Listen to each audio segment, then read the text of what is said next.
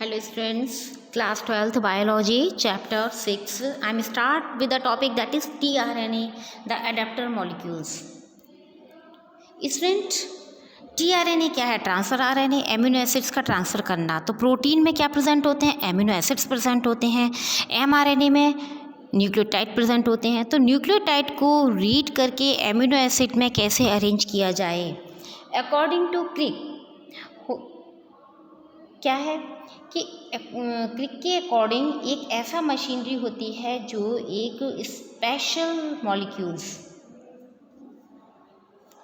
MRNA को क्या करता है, एक तरफ से तो रीड कर रहा होता है और दूसरी तरफ से एमिनो एसिड्स को उसी के अकॉर्डिंग लिंक कर रहा होता है। तो ये स्पेशल मॉलिक्यूल कौन सा है भाई?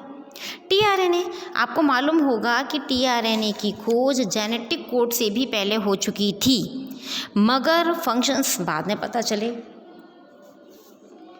स्टूडेंट्स, अब हम इसके स्ट्रक्चर के बारे में बात करते हैं। तो आप देखिएगा कि ये जो टीआरएनए है ये वैसे तो कैसा होता है, सिंगल स्टैंडर्ड होता है, लेकिन हमको दिखाई कैसे देता है? डबल स्टैंडर्ड दिखाई देता है, डबल स्टैंडर्ड, है ना?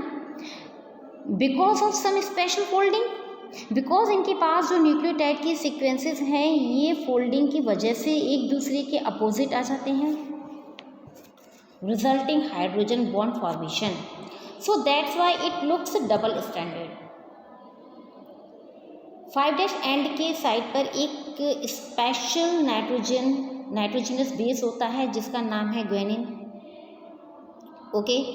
और 3' एंड की साइड पर एक स्पेशल सीक्वेंस होता है जो है CCA,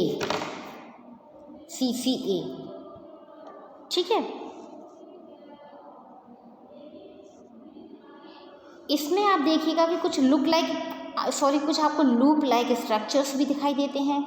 इन लूप्स का फॉर्मेशन कैसे होता है, क्यों होता है?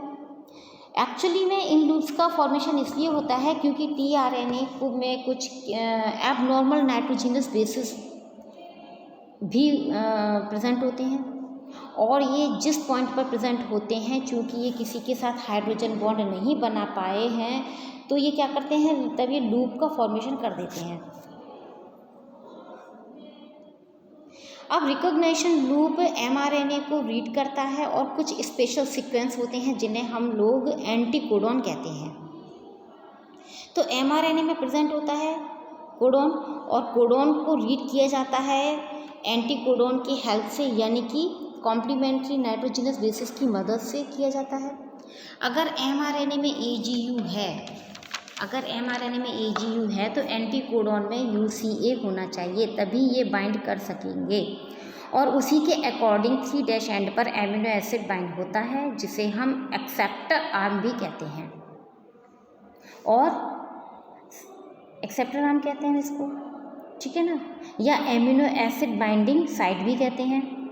साथ साथ इनके अलावा DHU डाइहाइड्रोऑक्सी यूरेडिल लूप होता है जिसका काम क्या होता है, स्पेशल एंजाइम्स को रिकॉग्नाइज करना हो जो एमिनो एसिड्स कैरी किए हुए होता है, और उस एंजाइम्स का नाम होता है amino acyl tRNA synthetase enzyme. इनके पास ही एमिनो एसिड होते हैं, और DHU लूप उस एंजाइम्स को रिकॉग्नाइज करके उस एमिनो एसिड्स को अपने एक्सेप्टर आर्म पर लगा देता है। देखिए DHU लूप के ठीक अपोजिट साइड में, ठीक अपोजिट T5C लूप होता है। T मीन्स क्या हुआ, थायमिन। हालांकि ये RNA है लेकिन still thymine pseudo uracil cytosine loop ये लार्जर सब यूनिट्स राइबोसोम्स में अटैच होता है, इसकी मदद से अटैचमेंट होता है, राइट। इसकी हेल्प से क्या हो रहा है, अटैचमेंट होता है ना। A tRNA has an amino acid acceptor and 3' end where it binds to an amino acid. tRNA are special for each amino acid. tRNA her amino acids के लिए अलग अलग tRNA होते हैं, बट स्टॉप कोडॉन के लिए कोई tRNA नहीं होता। It has an anticodon loop that has bases complementary to those of the codon for the amino acid. There are no tRNAs for the termination codon. Termination codon के लिए कोई भी tRNA नहीं होता है। The secondary structure of tRNA, जो आप secondary structure tRNA का देखते हैं तो वो कैसा होता है, लुक लाइक अ क्लोवर लीफ।